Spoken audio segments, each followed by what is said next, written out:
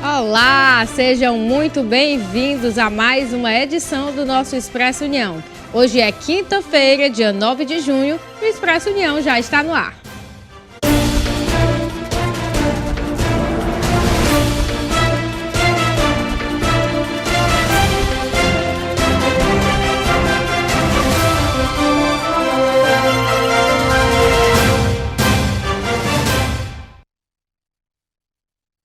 Começa o jornal de hoje convidando você para acompanhar o nosso Expresso União de onde você estiver. Ao mesmo tempo em que eu estou aqui, estamos sendo transmitidos também em nossa plataforma de vídeo na internet. Segue o passo a passo para você não se perder pelo caminho. É só se inscrever no canal da Rede União, depois é só acessar nossos arquivos, conteúdos anteriores e, claro, nossos programas ao vivo. Viu como é simples? Tá aí. Fica a dica para vocês. Como de costume, iniciamos nossas notícias atualizando vocês dos dados da pandemia no Brasil.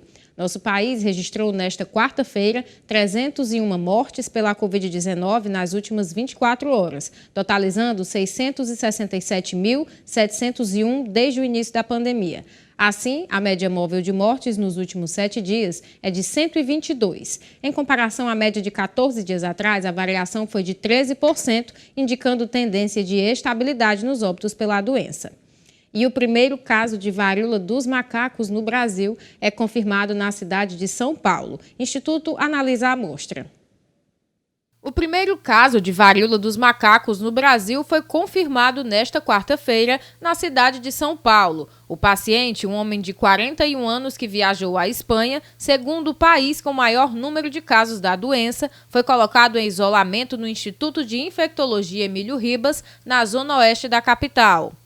O Instituto Adolfo Lutz está analisando a amostra. Médicos disseram que, pela análise clínica, os sintomas e as características das feridas são muito compatíveis com os efeitos da doença. O paciente está bem. O secretário da Saúde do Estado confirmou as informações e disse que o resultado pode sair nesta quinta-feira. Em nota, a Secretaria Estadual da Saúde disse que as amostras do caso ainda estão em análise pelo Instituto Adolfo Lutz e que o paciente teve início dos sintomas como febre e dor muscular no dia 28 de maio. A Secretaria Municipal da Saúde disse que ainda aguarda o resultado do exame pelo governo do estado do segundo caso suspeito de varíola dos macacos na capital. A pasta destacou que trata-se de um homem de 41 anos e que, segundo investigação preliminar, passou por Portugal e Espanha no mês de maio. Além deste caso, a Prefeitura de São Paulo informou que monitora o estado de saúde de uma mulher de 26 anos, sem histórico de viagem ao exterior, hospitalizada com suspeita de ter contraído a doença. Segundo o prefeito Ricardo Nunes, a paciente passa bem. Familiares e pessoas próximas a ela também estão sendo acompanhados pela gestão municipal. Em nota divulgada nesta quarta-feira, o Ministério da Saúde informou que 8 casos estão em investigação em todo o país. Segundo a pasta, Ceará, Mato Grosso do Sul, Rio Grande do Sul e São Paulo têm um caso suspeito cada um e há ainda 2 casos em monitoramento em Rondônia e outros 2 em Santa Catarina. Neste domingo, a Organização Mundial da Saúde informou ter confirmado 780 casos de varíola dos macacos em todo o mundo. Os dados correspondem ao intervalo entre 13 de maio e 2 de junho e levam em conta apenas pacientes identificados em locais em que a doença não é endêmica. Segundo a entidade, não houve mortes relatadas. A OMS disse que a varíola dos macacos traz um risco moderado para a saúde pública mundial depois que casos foram relatados em países onde a doença não é endêmica. Ela afirmou ainda que o risco para a saúde pública pode se tornar alto se esse vírus se estabelecer como um patógeno humano e se espalhar para grupos mais propensos a risco de doenças graves, como crianças pequenas e pessoas imunossuprimidas. A organização diz que não há recomendação de uso de vacina da varíola para casos de varíola dos macacos. E a saúde ocular de crianças e adolescentes após a pandemia de Covid-19 voltou a preocupar especialistas devido à grande exposição a smartphones e computadores. A pandemia de Covid-19 acentuou diversos problemas na saúde das crianças relacionados à exposição exagerada à tecnologia. De acordo com o especialista, um dos problemas recorrentes é a miopia. Hoje em dia, o uso das telas está uma quantidade excessiva com as crianças. Por quê? Antes, nós utilizávamos as telas com as crianças apenas para lazer, para videogame, jogos eletrônicos. Porém, agora, as telas com a pandemia passaram a ser usadas também para dar aula. Então, as crianças ficam nas telas enquanto estão assistindo aula e nos momentos de lazer. Isso ocasionou um aumento dos casos de miopia.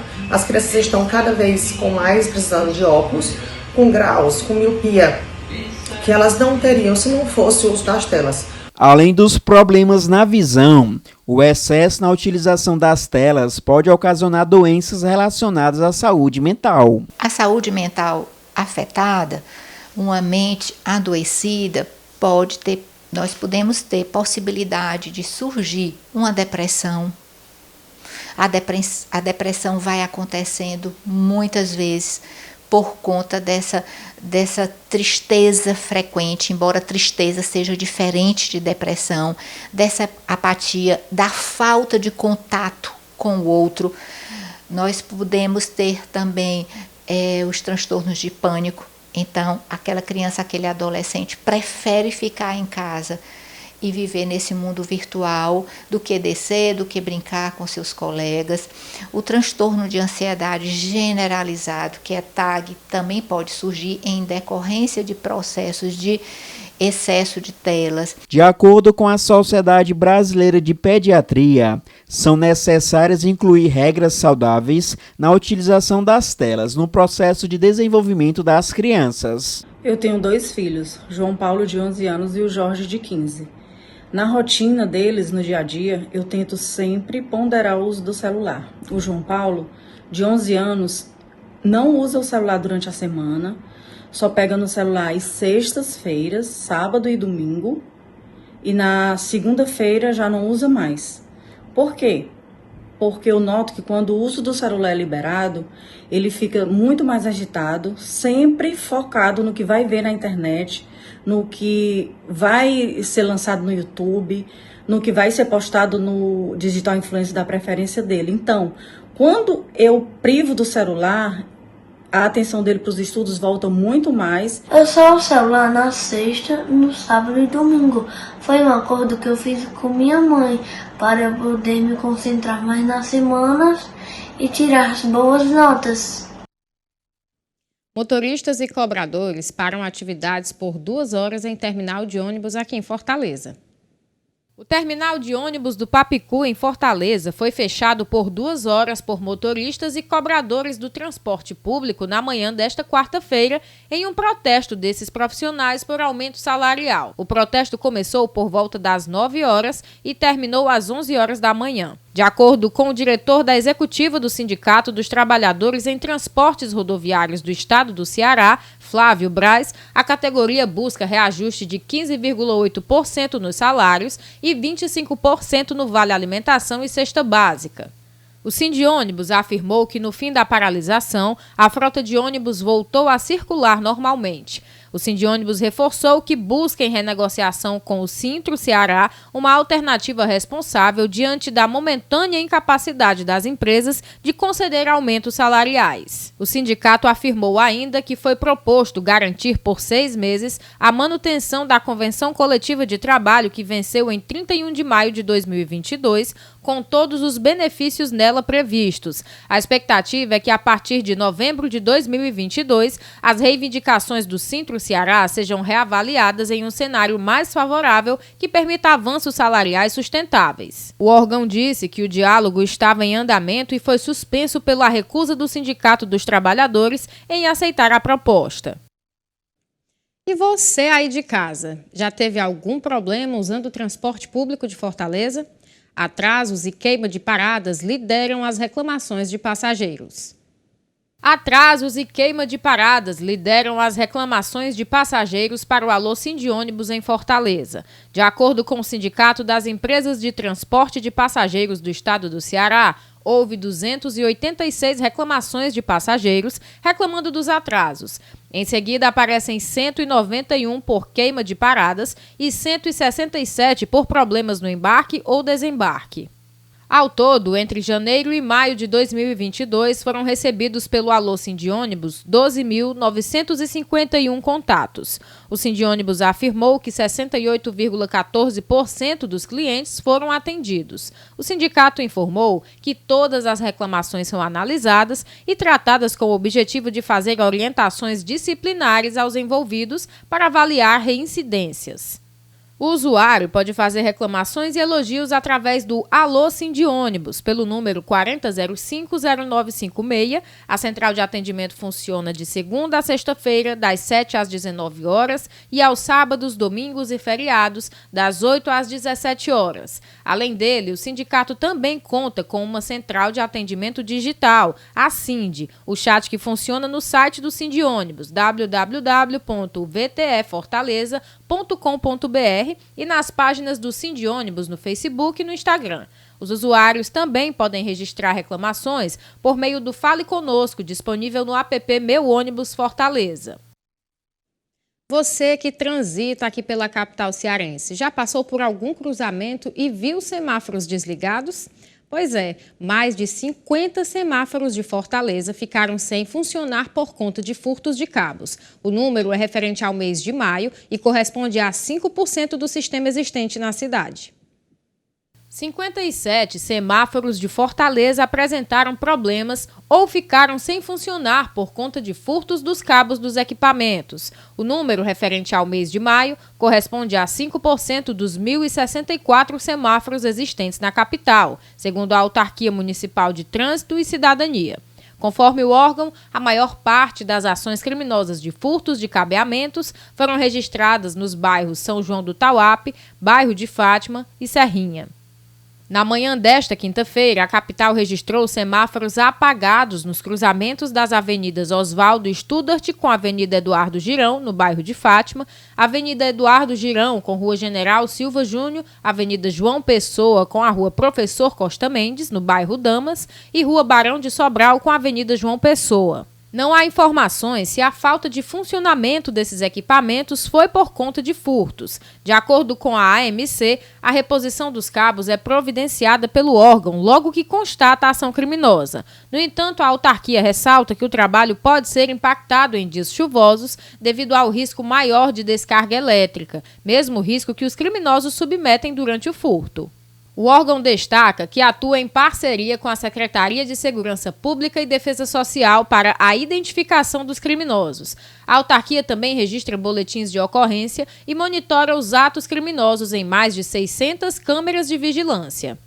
Em situações que os semáforos não funcionem adequadamente, agentes e operadores de tráfego são enviados às vias e corredores com maior fluxo de veículos para controlar o trânsito e auxiliar os condutores.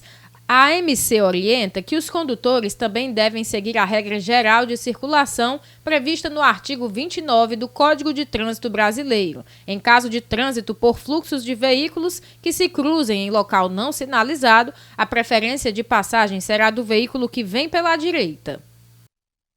E um jovem foi resgatado nesta terça-feira após cair em um penhasco de 150 metros de profundidade em Massapê, a 244 quilômetros de Fortaleza.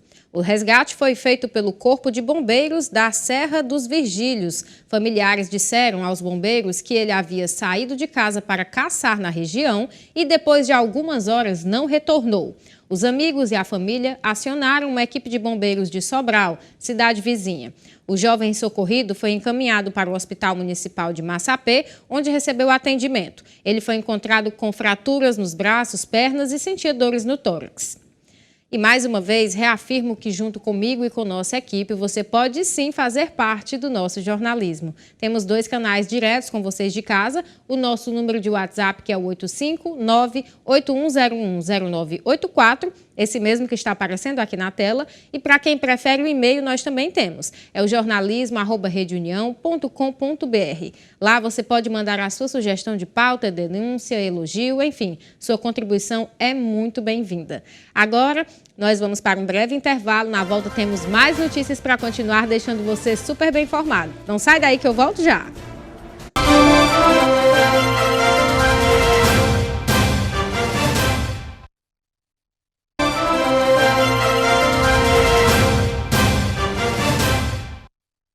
Voltamos e já falando de política, pois o presidente Jair Bolsonaro participa hoje da Cúpula das Américas em Los Angeles.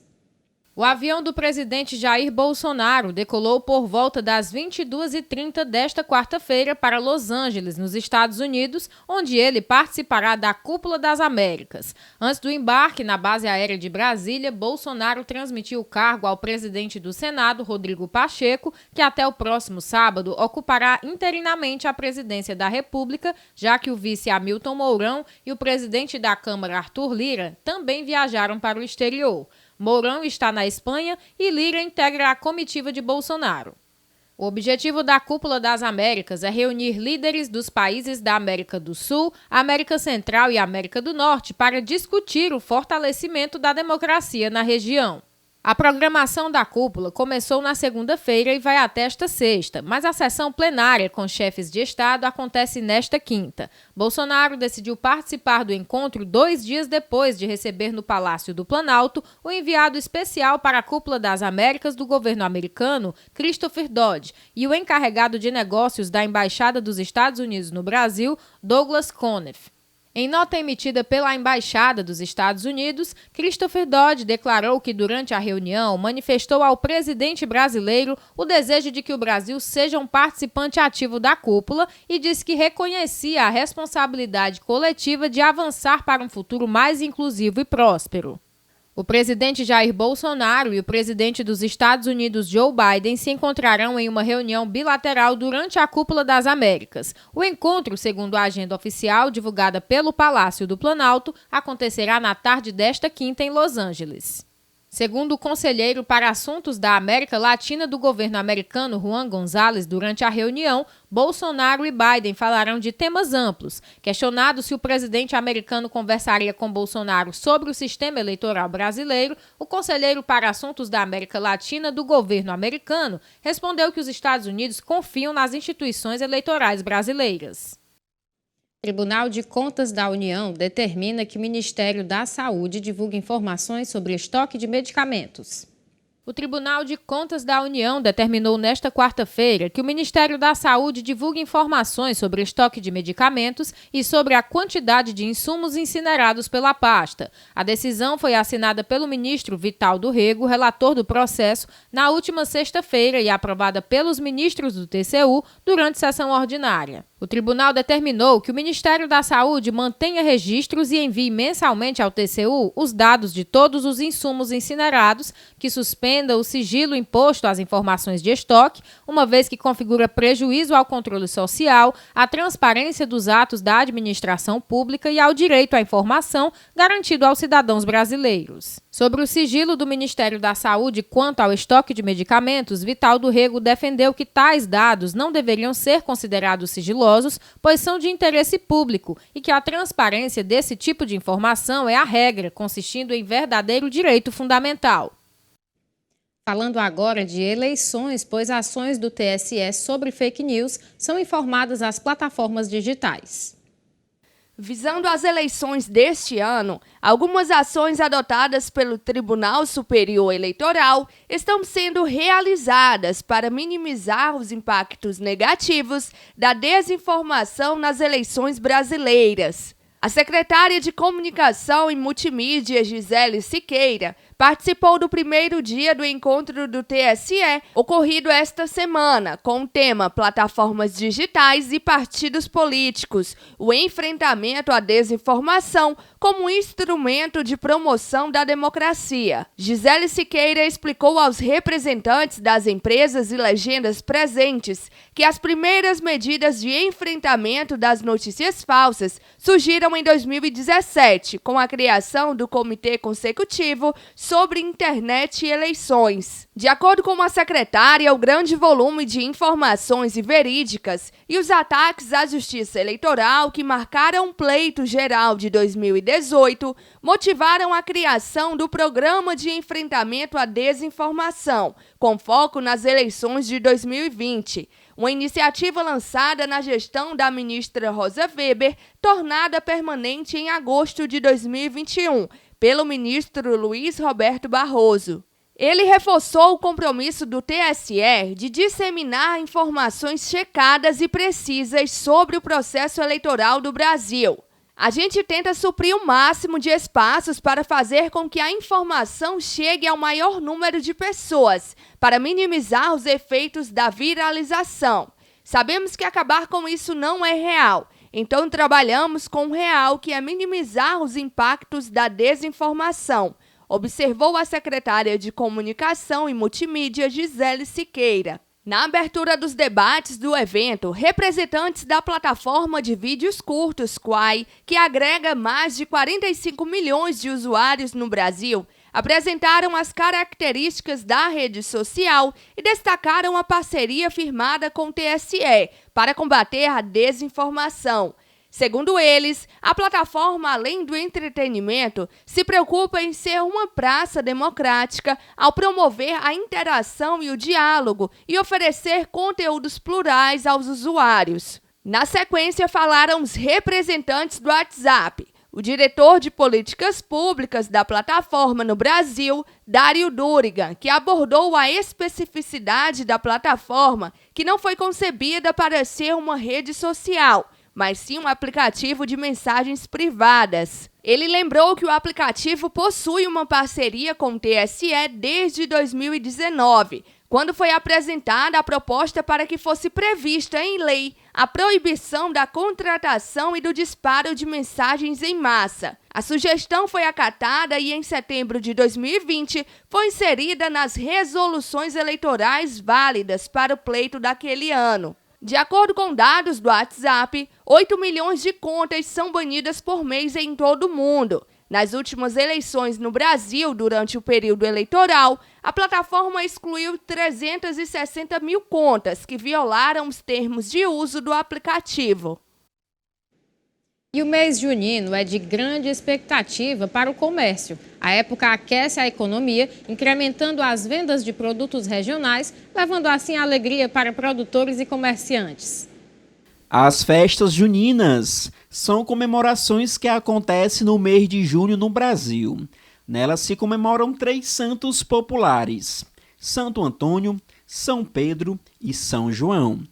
Também é o momento de consumir várias comidas típicas. E a procura pelos ingredientes vem crescendo no centro de abastecimento no Ceará. O milho é campeão de vendas aqui na Ceasa e também em outros mercados, no caso Barbalha, Cariri ou até mesmo em Tianguá. Esse milho verde com quadro chuvoso bom vem aquecer o mercado. O preço do milho verde não aumentou esse ano, está com um preço muito bom para o consumidor.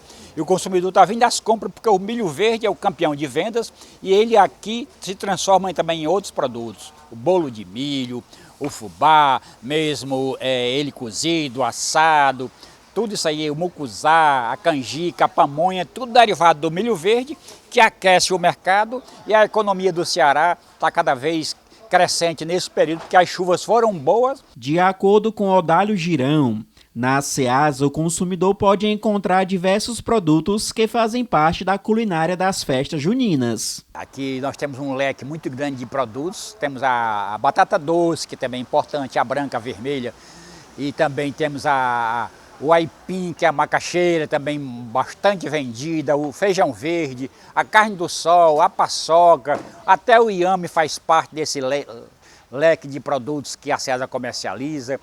E além da goma, que faz parte o beiju, a tapioca também é muito utilizado, a paçoca, tudo aqui se encontra na Ceasa e aqui eles podem comprar em quantidade e fazer as suas vendas de varejo, ganhando a sua renda e o seu trabalho garantido nesse período junino. Os produtos típicos juninos podem ser encontrados a preço bem acessíveis.